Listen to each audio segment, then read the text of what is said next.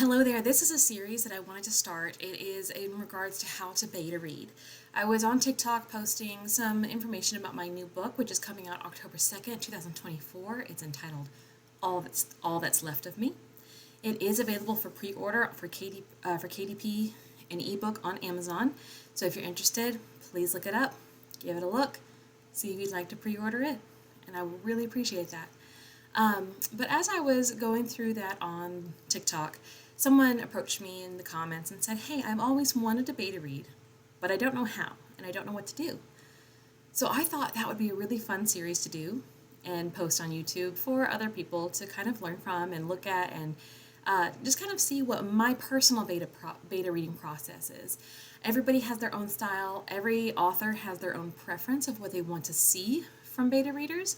But I'm going to give you an idea of what I like to see and what I like to give. So without further ado, let's go ahead and we're going to go through the first chapter of my debut novel, All That's Left of Me.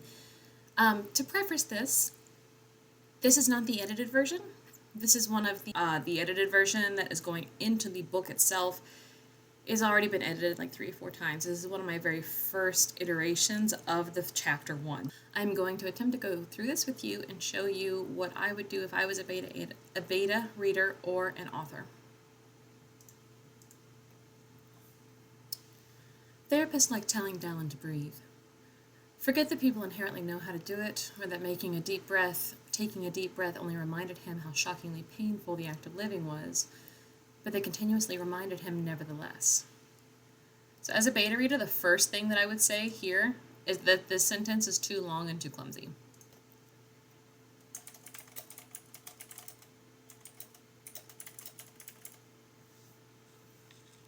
So this sentence is a bit long. Perhaps you could shorten it up.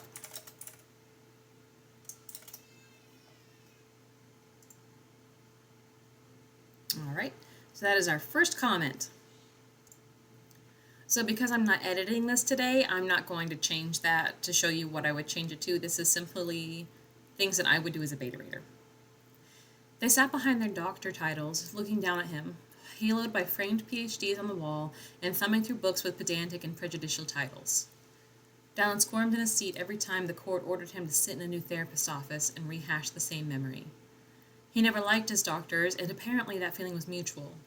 They passed him off one after another to the next appointed therapist, until they dropped him into Immer's office. He never saw Immer's PhD. She kept it at home or somewhere secret and allowed him to call her by her first name. Whenever she told him to breathe, it came out a lot friendlier. Breathe. I am breathing.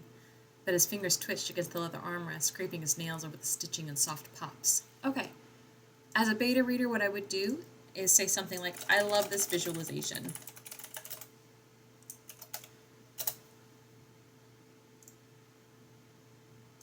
One of the things that I think is important for beta readers to do when they're making comments, and they might start off with a negative one, or they might have several not negative, constructive ones in a row. I want to be clear that we don't want to take comments as negative. We always want to take them as constructive. So when you have constructive comments, you want to sandwich those between uplifting comments such as, "I love this visualization," or "I got goosebumps," or "I love this scene." Something along the lines of letting them know that you are enjoying the manuscript. What happens to a lot of people, they get beta readers who will leave only constructive feedback, which is a whole nother conversation we can get into. And again, this is my personal preference, but when I'm giving constructive feedback, I like to sandwich in those compliments, because if you have nothing but constructive feedback on your manuscript that you're reading, your author may think you didn't like it.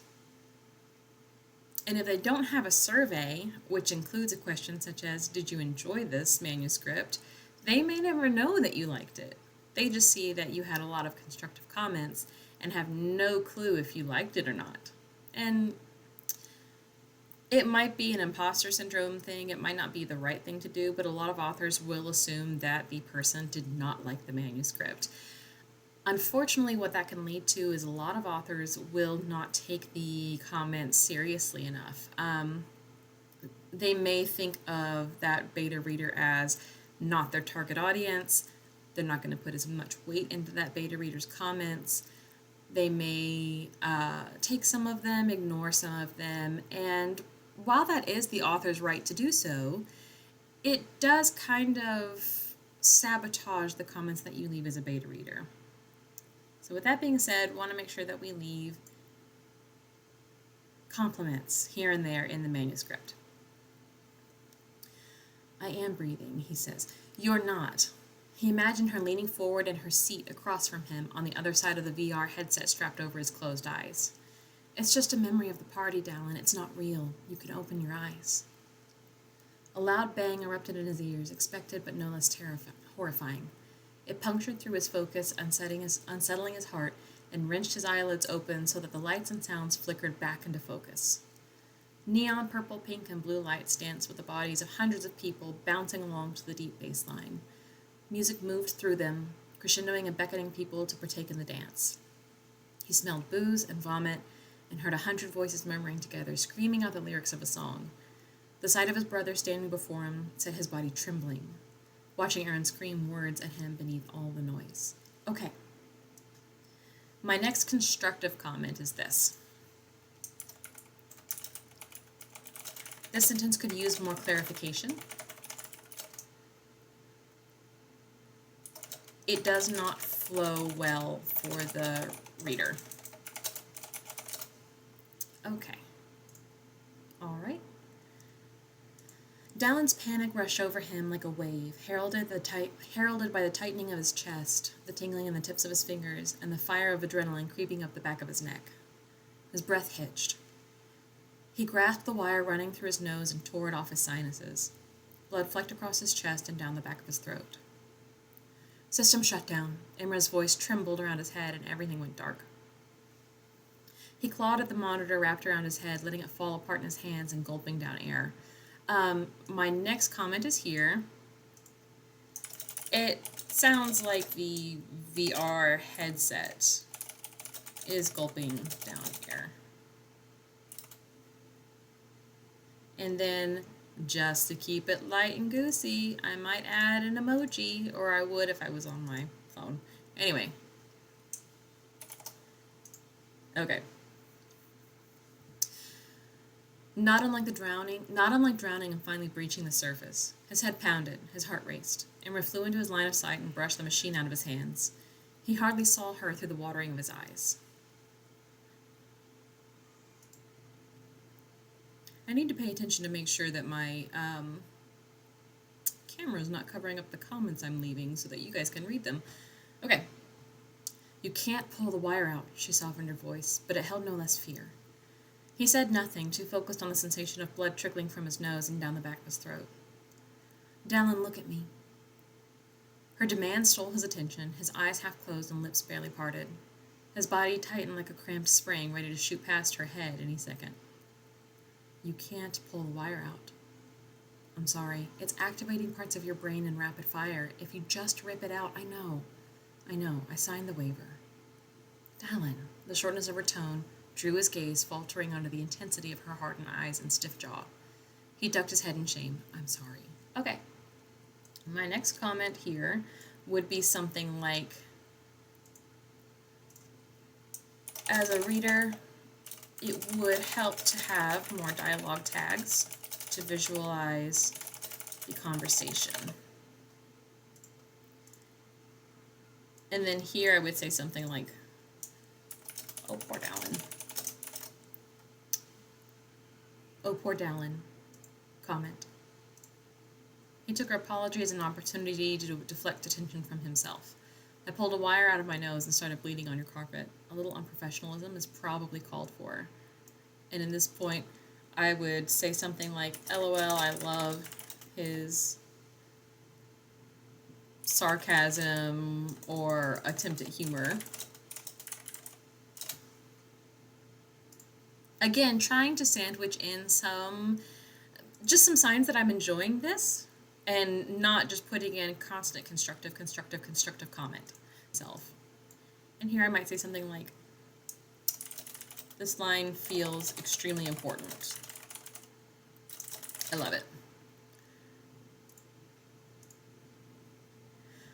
I got inside. He licked his lips, regrettably tasting the gauze. I got to a point in the crowd and then just froze. I locked up. But that's farther than you've gotten in the memory before. She pulled the gauze back and at last, satisfied, removed it from his face, leaving crusty dried blood crackling along his upper lip. Did you find Aaron? He sat his head up slowly, making sure blood stayed inside where it belonged. I actually kind of like that line. It feels a little egotistical since it is my book, but I do like that line. That's where the blood's supposed to be. I found him in the crowd. How did he look? Already dead. The lights washed him out. He looked like he'd been drinking since noon. He was barely human. People can look a lot of different ways under stress. She slowly backed into the seat across from him, folding one leg under herself. I promise your brother was very much human. I thought he looked a bit like me, actually. The thought clicked together in his mind, and then his jaw clicked as well, full of nervous tension. Black hair, brown eyes, I don't know. We could have easily switched places with him coming after me while I was dancing my way around death. He scoffed and smirked, meeting her gaze across the small space between them, and she leaned forward until her arms folded over her knee. Her attention spotlighted him uncomfortably. She neither laughed nor scoffed. Probably for the best. At least one of them should act seriously. Why do you think it was him and not you? I don't know.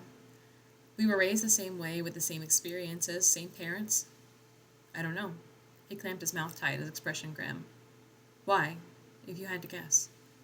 Siblings are all different, she shrugged one shoulder. Everyone perceives their circumstances uniquely. What was good for one sibling maybe wasn't so great for the other. Maybe. Is something making this session more difficult than usual for you? She ventured into new territory, and his body pulled back into his chair, fearful of the thread she pulled. So as a reader, I might say this imagery is a little confusing.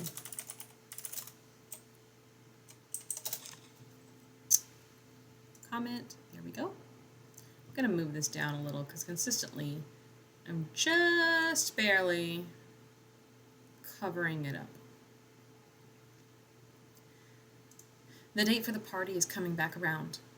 He tried to come off as unconcerned, but the way he rubbed his fingers around the outside of his mouth, he failed to convince himself, let alone Imra. Yes, it is. I've spent an hour a week, sometimes more, trying to relive the memory of the first one, and I can't do it. You experienced extreme stress and emotions. It doesn't matter who you are, that kind of trauma affects anyone. I know, but the pressure to attend this one is getting stronger. It's getting harder to shut people out. So here I would simply say something along the lines of, as a reader, I could use more dialogue tags in this block.